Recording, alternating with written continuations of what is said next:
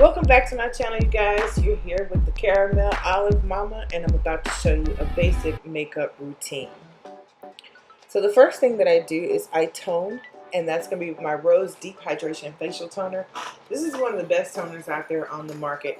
A little bit pricey, but it is worth it. It gives your skin that awesome glow that you need to kind of shine through your makeup as well. I put it all over my face, my neck, make sure I got it good and deep set into my pores. It just kind of gives me that glow and prepares me for what I'm about to do to my canvas.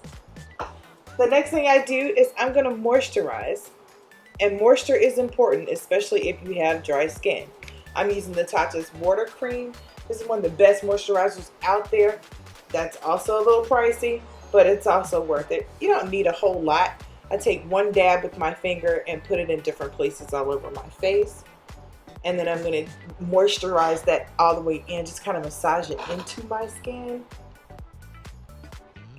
And a little bit around my neck as well. And again, this is just for a basic routine. Nothing special. I just want to make sure all of that cream gets down into my skin and provides me with the moisture I need.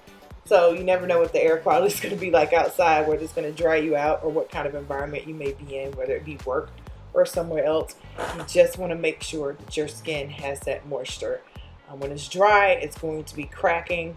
You don't want that. So a good moisturizer, and it doesn't have to be TATCHA, but a good moisturizer is always helpful up under your makeup.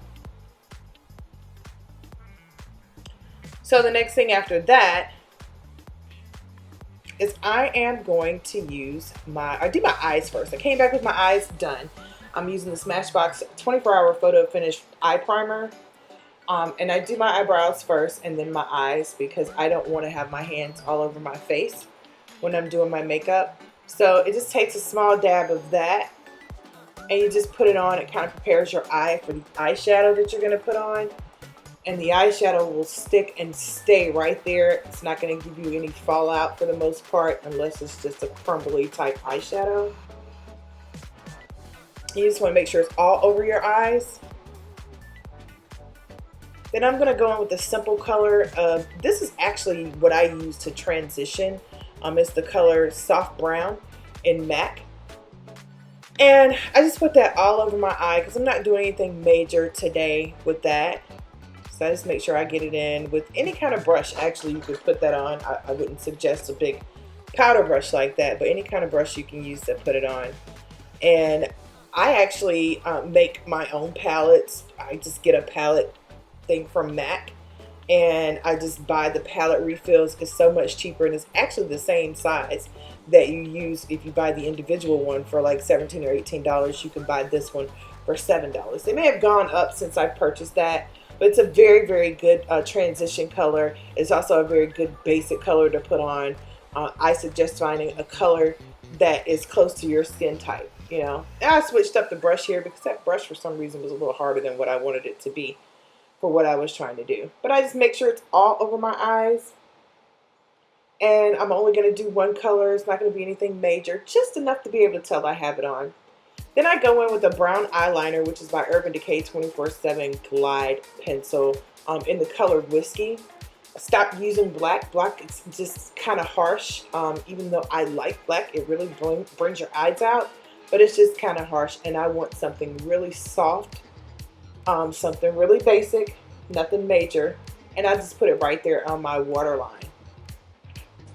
Then I go and I prime under my eyes with the SMASHBOX PhotoFinish Hydrating Primer. And you want to make sure because the under eye area is super dry. Like it is a very super thin layer of skin. So you want to make sure that that is completely hydrated, probably more so than your face or any other area on your face. You're going to put on some concealer. This is my Conceal and Correct palette. And I have a little bit of hyperpigmentation under my left eye.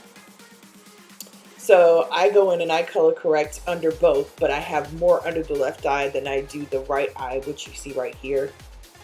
And I come in with maybe that little orange color first. And I just recently started using the little yellow color. It kind of gave me a better brightness and I didn't have to worry about being able to see through the concealer when I put the other layer on. you know, being able to see through that a little bit of darkness. So you can see here, like I just make sure that it's in there really, really good, because in pictures I was able to see in the past, like, oh my God, that was atrocious. How in the world was I able to get a picture taken without seeing that this was what the issue was? I thought it was just me getting old, but that's not the case. So there's the yellow there that you can see. That's going to help me correct just a little bit. And I don't put as much of that on as I do the orangey one. And I don't know, I forgot the names. I have to go back and look at that to be able to tell you. But then I go ahead with the Beauty Blender and I blend both of those out really, really good, so that it kind of conceals that hyperpigmentation right there. And then I have to bring that back. That was one of the problems that I had when I first started color correcting, was that I actually would not, I would just put the corrector on and I could still see it. And I'm like, oh my God, what is happening? Why am I still able to see it? And one of the artists in the store told me, you need to bring it back. Once you conceal that area, you need to bring it back. So that's when I brought in the NW40, which is a concealer that is my complexion, that I put on top of that. So it kind of looks like it's all into my skin, like it's all one layer or one color. So if you are going to color correct, you want to make sure that you have the one that's correcting it and then something to bring it back to your natural color before you put anything else on there, such as foundation or brightening concealer and so forth. Because I always try to brighten under my eyes a little bit and places where I feel like the light is going to shine. So I'm going to get a Beauty Blender. I'm going to blend that out really good, so it just kind of sticks right into my skin. Now it's a little bright with my lighting, so it may look a little like it's the brightening concealer that I would normally wear, but it's not. It's my NW40 that's supposed to match my complexion. Then I'm going to go in with the MAC Studio Fix Soft Matte Foundation Stick. Again, everyday look. This is in the color, it wouldn't focus. This is in the color NC50. Now normally in MAC I wear NC45, but this stick for some reason didn't come out the same color as all the powders and the liquids and stuff like that. So it's a very light coverage. This is the one I'm going to use. This is basic. I'm not doing anything fancy today. And if you are a beginner with wearing makeup, you want to start with the basics. You don't want to get in the mirror and scare yourself and look like, you know, something from a Halloween movie. You want to get a very neutral, soft type foundation that's going to work for you. And I think this is a buildable coverage because I have to put on several layers. I only, you know, I would put more on today than what I normally would with that, because it never gives me what I'm looking for, because I'm always looking for a full face of makeup and I'm going to contour and do all that other stuff to it. So that one doesn't provide me with the coverage that I want, but it is a very pretty formula. It's a soft matte and it's a very, very, very good match for me. I normally have a hard time, or have had a hard time in the past for like the last almost 3 years, of finding the right foundation shade for me, because as they say, I have a unique undertone.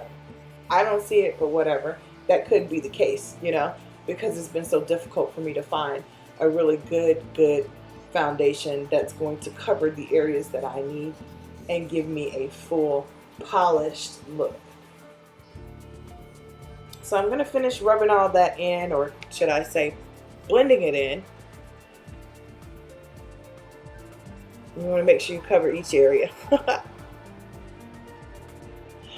Now the next thing that I'm going to do is I'm going to put on my concealer. I didn't show which concealer this was, but it's actually the Makeup Forever's Matte Velvet, or Velvet Matte. I can't remember which order it goes into, concealer, and this is one of the best concealers on the market.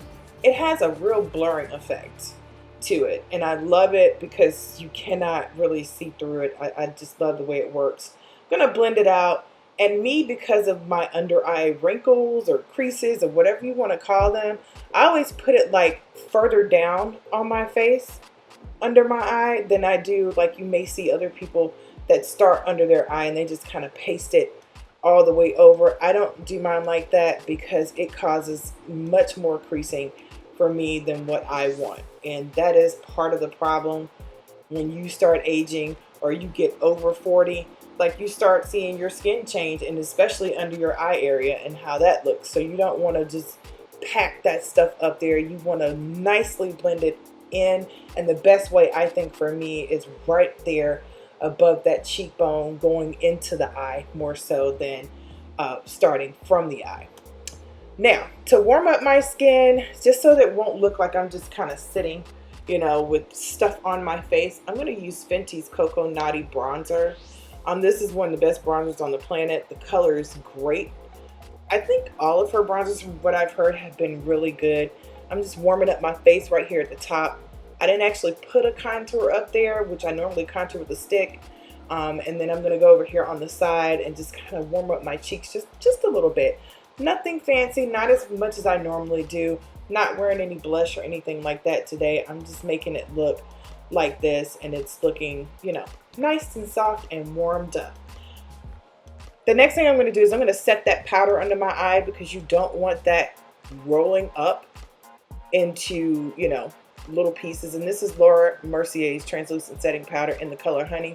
Can't see that either, but that's what it is. I put it at the top of the screen. This is a new shade.